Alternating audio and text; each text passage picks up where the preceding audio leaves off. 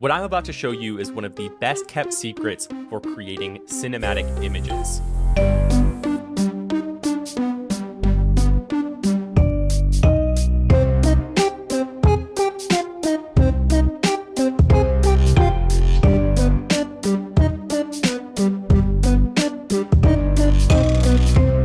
The device that we're talking about today, I've actually used in every single video project since purchasing.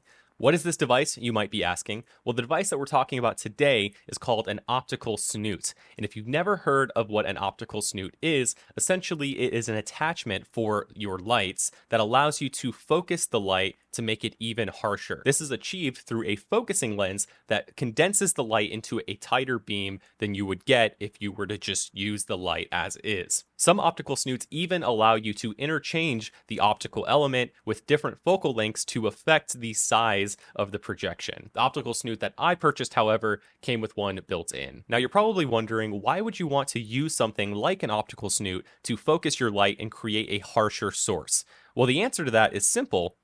It's actually so that you can use things like this. These are called gobos, and as you can see, they are these little metal cutouts with very unique shapes on the inside. If your light source is actually harsher, it's a lot easier to see the shape that you're trying to achieve when using these gobos. So for example, with this one, we have this nice little slit here, and if I put this on a nice soft light source, the light that's getting through the slit is just not going to be obvious at all. But if I had a more sourcey light, or in other words, if I had a harsher light source, this slit and the light that comes from the slit is going to be a lot more apparent. And that's exactly what we're trying to achieve here. The thing you have to understand about lighting is all about choosing what you want to emphasize within a scene.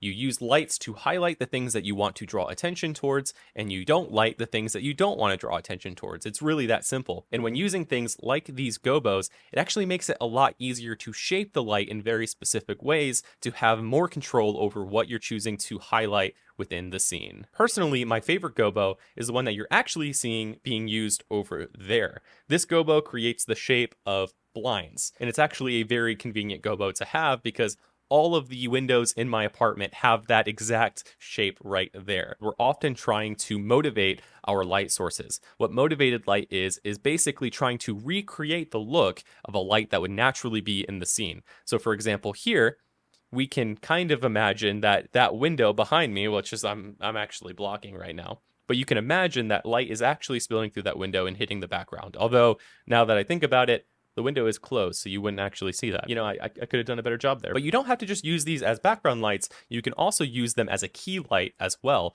If you don't know what a key light is, basically the key light is the main light source within your scene, and it's usually the one that's lighting your subject directly. Some of the recent videos on my channel have been lit using a gobo, and it creates a nice, unique shape on my face for the times where I'm not looking for a nice, soft, even light. So hopefully at this point you can see that there's a lot of functionality to be had when using an optical snoot. And the best part about it is that you actually don't have to spend very much money to get all of these features and get all of this use out of it. The company that I bought my optical snoot from is called Well Making. I believe it only cost me about $130, which is not too bad considering all of the functionality that you get from this. Now, Well Making is not sponsoring this video, but they did send me this fun little 4-bay NPF battery charger to review, and I have to say, this is one of the coolest little NPF battery chargers that I've ever used, specifically because it's so compact. You can easily fit 4 batteries onto this one little device. There's a little display here that you can use to check the battery life percentage,